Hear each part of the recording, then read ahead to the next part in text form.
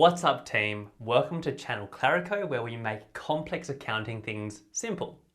I'm Andy Wang, and in this video I'm going to explain the most common acronyms that you will encounter as a business owner. Now, don't you hate it when you get a letter from the ATO, Australian Tax Office, and there's just a bunch of random letters on there? If you feel like you're looking at gibberish, then stick around, this video is for you. In this video, we will be covering the following. For all business owners, we'll be covering the TFN, ABN, GST, BAS, PAYG Instalments, IAS. For all business owners who employ people, we'll be covering PAYG Withholding, STP, SGC, FBT. And for all business owners who trade through a company, we'll be covering the ATO and ASIC. WTF, right? Try saying all of those together really fast. Anyway, if you end up finding this video of any help, show us some love by gently clicking that thumbs up button, and also make sure to tune in to the very end where there'll be a bonus for you. And as always, anything finance and accounting related, there's always nuances and exception, so please check in with an accountant on whether any of the things that we talk about even applies to you. With that all out of the way, let's get into it. Firstly, for all business owners, let's start with the TFN. TFN stands for tax file number. A tax file number is a unique identification number, and everyone only has one. Having a TFN is compulsory, and if you don't have one, you're not going to get very far in business or as a taxpayer. This number is unique to you, and it doesn't extend to other business structures you're involved in, meaning each business you are involved in where you use a different structure type, that structure will need its own TFN. For example, if you run a business as a sole trader, just say you're involved in a partnership and you own a company and you're involved in a trust, each one of these different entity types will need its own TFN. You will have one for you as a sole trader, and that's going to be the same TFN you use yourself personally. And remember, each entity type only has one. So you've got one for the sole trader. The partnership you're involved in will have one, so will the company you have, and the trust. Now, if you don't understand any of those business structures I just talked about, please check out our Structures Explained videos. I'll put a link in the description, and also hopefully I can, in post-production, put one on the screen somewhere. Getting the TFN is one of the first things to do when you start a business. Word of warning though, the TFN is one of those things that the government uses to identify you, so be careful who you give it out to. Next up, we have the ABN, which stands for Australian Business Number. Much like the TFN, the ABN is a unique ID number, and everyone can only have one. While having an ABN isn't compulsory for some tiny businesses, look, it may as well be, because there's some pretty big barriers to not having one. Having an ABN is kind of like you're declaring to the government that you are a business or you intend to run a business. As a business owner, your ABN and your TFN go hand in hand. Your ABN is actually attached to your TFN, and each TFN can only have one ABN attached to it. Now, you can run as many businesses as you like under the one ABN. If you want to start a new business in another structure type, then that structure will need its own TFN and ABN.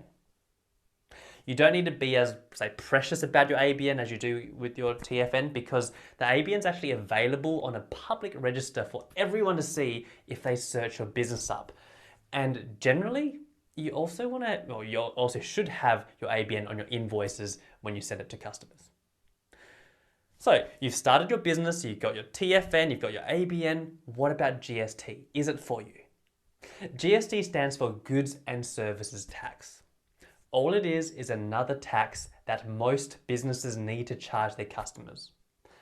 At the time of recording this video, registering for GST is optional if your sales is under 75k a year, but it is compulsory from the date you go over that 75k mark in that same year.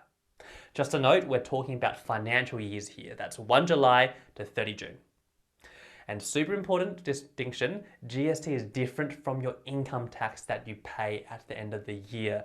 GST is an additional tax and is usually paid every quarter. And most business owners just pass this on to their customers. That's why you see prices and then you see them with GST. Next up, we have the BAS, and that stands for the Business Activity Statement. The BAS is a report you need to submit to the ATO normally on a quarterly basis. And for most people, their accountant just does it for them, just makes life easier. And the most common things you report on this BAS are the GST that you've collected from your customers, the GST that you've paid to your suppliers, and your PAYG withholding and PAYG installments. On that note, with say GST and BAS out of the way, let's talk about the PAYG installments. PAYG installments stands for Pay As You Go Installments. The name kind of gives a little bit away. This is essentially as a prepayment of income tax, which is the tax that you pay at the end of the year. It's kind of like an installment of tax that you pay as you go throughout the year. This starts normally after the first year you've had to pay tax as a business. So if you're in your first year of business, or you just say you haven't had to pay tax for your business yet, then you don't need to worry about this.